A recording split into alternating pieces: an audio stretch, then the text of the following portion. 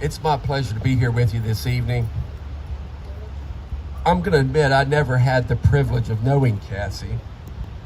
I learned about her situation from following the local news reports while I was campaigning for office.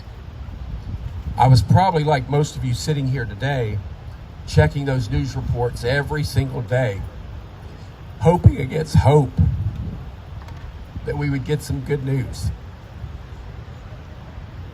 Well, it's been a year almost, and I know it's not much, but I'm here to give you a little bit of good news tonight.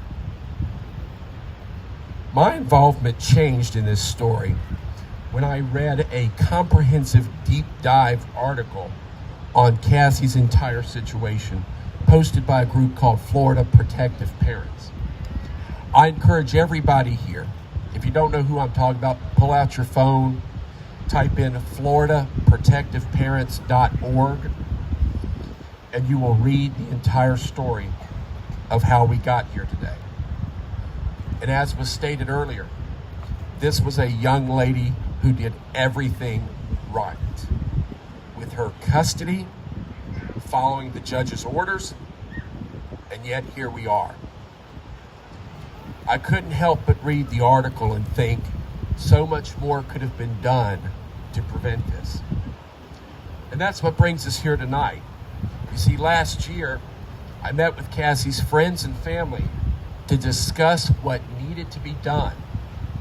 I also met with members of the Florida Protective Parents who are mostly down in South Florida because I wanted to ensure that any legislation we enact, it's not only going to benefit Navarre, but it's going to benefit families across the entire state. And so it is my pleasure this evening to announce the filing of a bill that hereafter will forever be known as the Cassie Carli Law.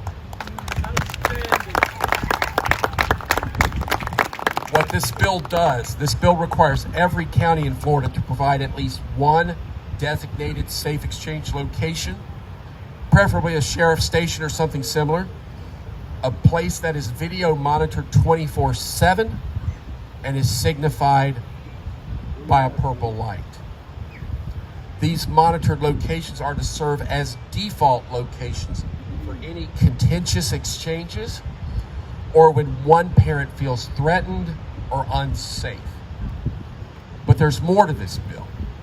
You see, when I was talking with parents around the state, I discovered that some counties already have safe exchange locations, but unfortunately for most of them, they require a judge's order to use them.